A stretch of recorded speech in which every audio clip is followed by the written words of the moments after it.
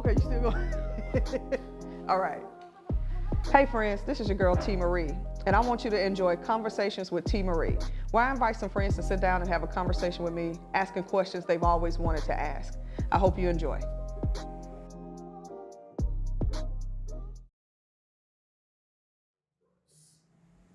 All right. It's T. Marie, and I'm sitting here with my friend Tim, and Tim has some questions for me. What you got, Tim? My first one would be, just because I've only known you roughly 2 years or Yeah. so, but I guess I don't know your Birmingham story, but like why is Birmingham your fighting grounds? And Well, that's a good question. Born and raised Birmingham, left for a little while, came back due to health issues is what brought me back. But Birmingham became, I guess you could say, my fighting ground because I didn't think I didn't think I would be a person of integrity if I went to another city to fight their issues and I didn't do work at home first. So I said, if I'm going to do this work, I have to start at home. So I didn't want to be that activist organizer who's in Brooklyn doing work and people are like, but you're from Birmingham and you've never done anything here. So I felt like if I was going to do the work, I needed to start at home. mm-hmm. Yeah. That makes sense. And you started a project where you took groups of people to different churches, Mm-hmm. and I thought that was interesting.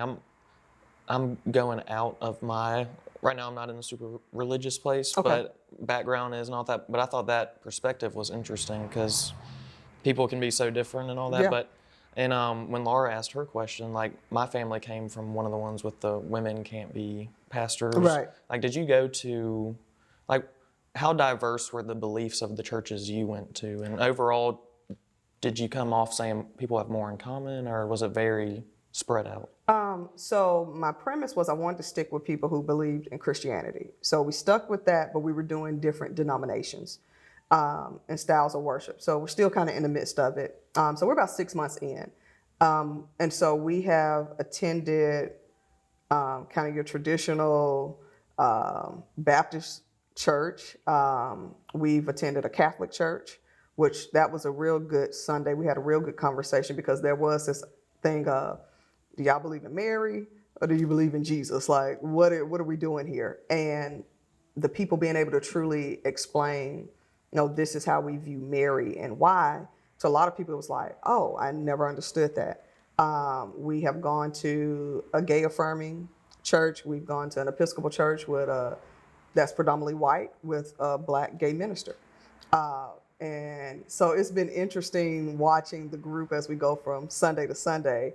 And it's like, okay, what's going on here?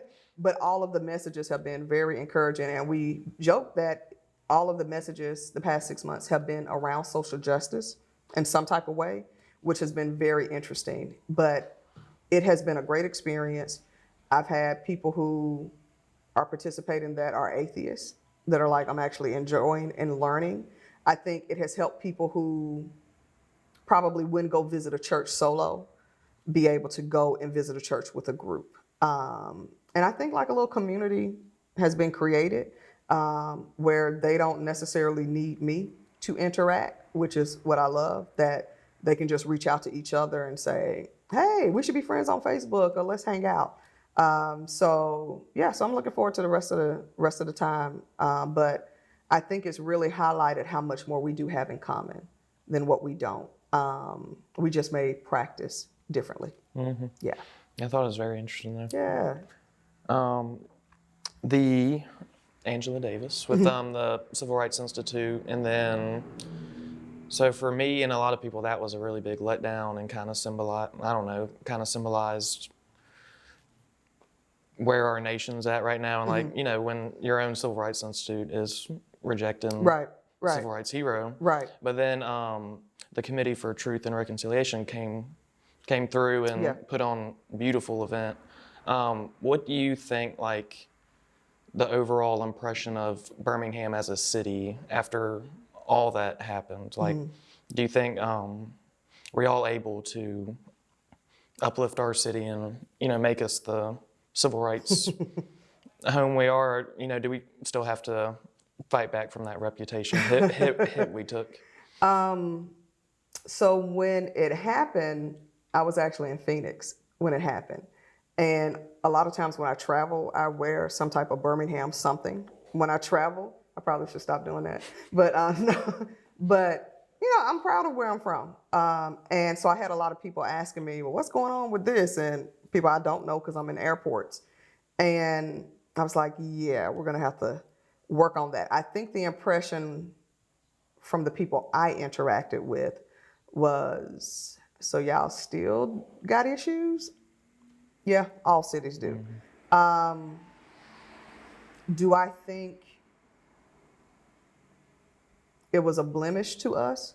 I do, especially with it affecting a native daughter. I don't think it should have happened to anyone, but I think there was an extra sting because she's from Birmingham. I think the committee did the best we could to honor her without giving her a physical award. I felt like it was more of a shower of love, that we want you to know there's people here that truly care about you, love you, and are appreciative and respectful of the role you have played in the global shift. Maybe not necessarily Birmingham, but you have, in my opinion, good, bad, and indifferent, or how you feel about her politics and what she views. I think she has represented Birmingham well. I think she has been consistent, and I think she has held her own to go through what she went through, especially in that time, and to still be here to tell the story. I think is worthy of any type of praise and respect. I do think Birmingham still has some work to do. I do think we could do a better job of connecting and building relationships across difference. And I think the world is watching us to see what we do. I think the world has always watched Birmingham, which is why I think when things happen in Alabama, whether they're all the way like, I can't believe they actually did, to, oh, look what they're doing. I think the world watches us and kind of looks for the barometer of where other cities should go. But I think we tried our best. I think she got it. I think she felt the love. And I can't speak for the whole committee, but I think she appreciated what we did. Yeah. I'm thankful for you. Well, thank you. I'm glad everybody enjoyed it. I guess without excluding anyone, or you probably can't name everyone, but Birmingham, like who or what organizations like in this city like inspire you to, be a better person or keep going at it? Or I know it's a lot, but Okay. I can do the top 5 if that'd be. Wow.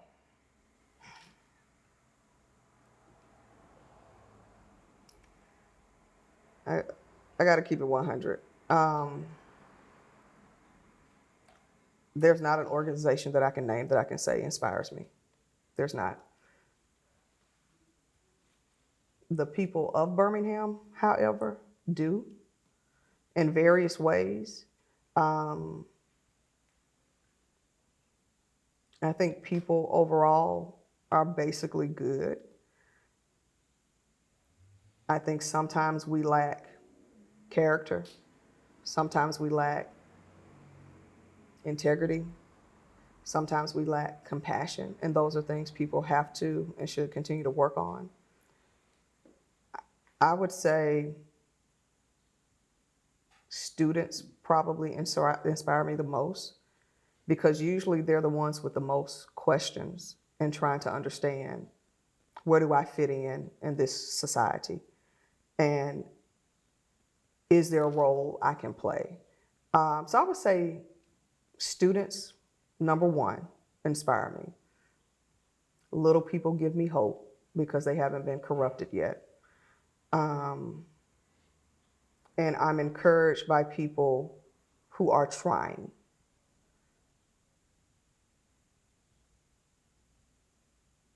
Yeah. I would say people from my grandmother's generation inspire me. You see people that wear these shirts that say things to the effect of, I'm not my grandmother's movement, or, it's silly stuff like that.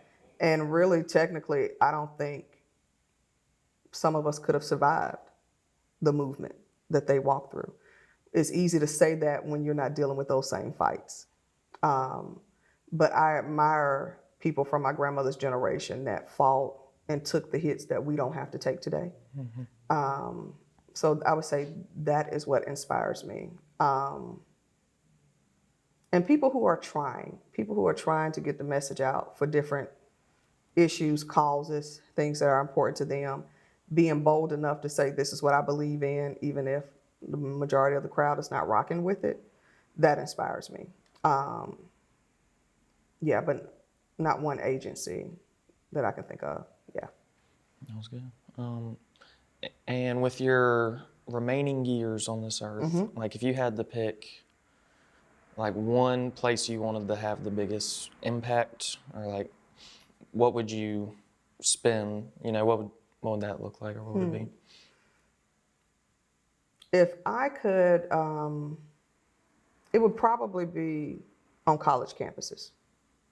I would love to have some type of course or guest lecture at various schools to really get people to understand the importance of empathy, because we have ran conversations about diversity into the ground. And people are technically diverse. I mean, you can look at organizations, communities, you are diverse, but we're not empathetic and we're not trying to include people, And I think we need to start having conversations about equitable inclusion, because some people are being included, but they don't have voice. And so I think if I could spend the rest of my time kind of on college campuses working with students to help them build that empathetic muscle, then I think that would be time well spent.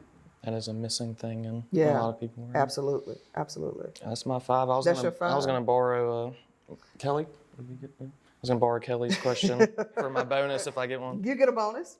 What are your 3 non-negotiables in life? Okay, so I definitely got 2. One is I have to have television with cable. I don't care where I'm at. That has to be even on an island with even no on an island. people. I need my TV. That's how I recharge. Okay, so I was just in Vancouver, and so they had fun. It was a lot of fun. These heated floors. Ooh. And I was like, I didn't know I was missing out on this. And so that's now something I have to have in my life. And a third non-negotiable. Wow. A third one would probably be music. I need to have music some way. When I'm working on workshops and presentations, I'm listening to music. So yeah, music got to be a part of the equation. That's so important. TV, music, and warm floors. Yeah. Cool. Good questions. Warm floors got me. I'm telling you, you haven't tried them yet. I'm telling you, it will change your life. It's almost a heavenly experience. Cool. Well, thank you for your questions, Thank team. you. Appreciate you. Awesome. Good deal. I guess especially in like super